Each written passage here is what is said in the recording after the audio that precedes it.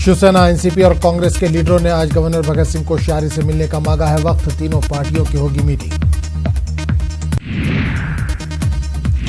जराये के मुताबिक शिवसेना, कांग्रेस और एनसीपी के बीच सरकार बनाने को लेकर बात बन गई है। शिवसेना को पूरे 5 साल के लिए वजीर आला का ओहदा मिलेगा। शिवसेना और एनसीपी के 14 वज़रा और कांग्रेस के 12 वज़रा हो सकते हैं शामिल। एनसीपी सरबराह शरद पवार ने भी दिए इशारे। दिल्ली में सोनिया गांधी से मुलाकात में महाराष्ट्र में सरकार को लेकर होगी बातचीत।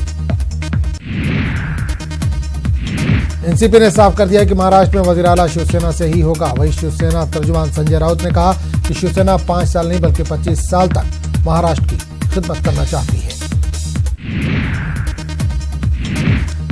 बीजेपी के सीनियर लीडर आशीष शेलार ने कसा तंज, कहा महाराष्ट्र के लोग इस इत्तेहाद को कभी नहीं करेंगे कबूल।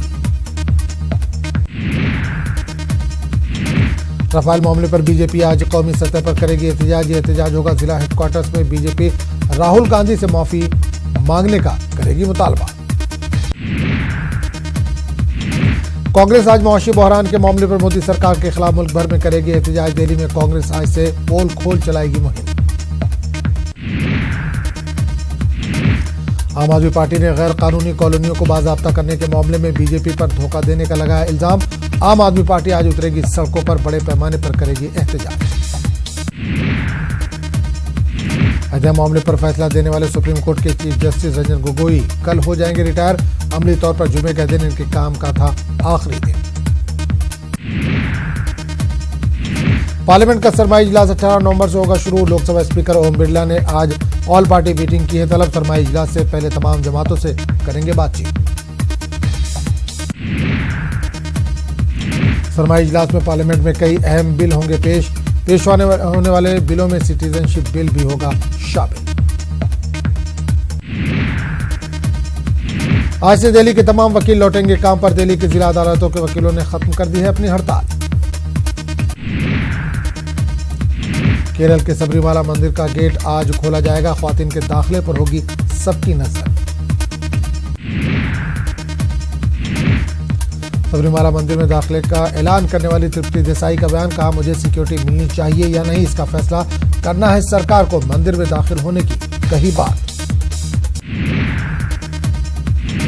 राजस्थान में बल्दियाती इंतखाबात के लिए होगी वोटिंग। सुबह 7 बजे से शाम 5 बजे तक चलेगा वोटिंग का अमल। 19 नवंबर को होगी वोटों की गिनती।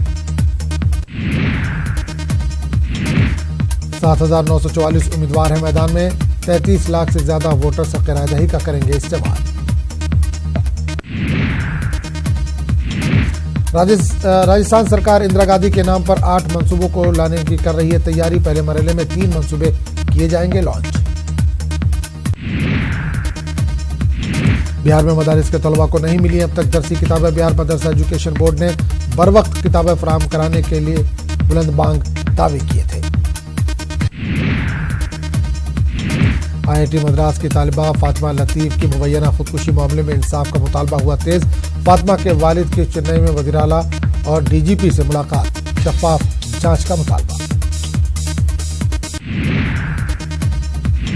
ऑल इंडिया मुस्लिम वकफ बोर्ड की मीटिंग में 17 नवंबर को बाबरी मस्जिद राम मंदिर केस में नजरसानी की अपील पर किया जा सकता है फैसला। अपील को जमीयत उलमा हिंद की हरी झंडी।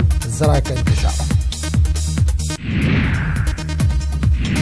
दिल्ली और एनसीआर की हवा हुई जहरीली। AQI 900 के नजदीक पहुंचा। शहर में चारों तरफ धुआं ही धुआं। पार्लियामेंट इजलास के पेश नजर टीआरएस पार्लियामानी पार्टी के इजलास तेलंगाना भवन में मुनक्किद। पार्लियामेंट में इख्तियार की जाने वाली हिकमत-ए-अमली पर हुआ तबादला ख्याल। टीआरएस के कारगुजार सर के तारक रामाराव ने इजलास की क़यादत की। बिहार के मुजफ्फरपुर में सरकारी काम को खुलेआम किया जा रहा है नजरअंदाज। खेतों में जलाई जा रही है पराली।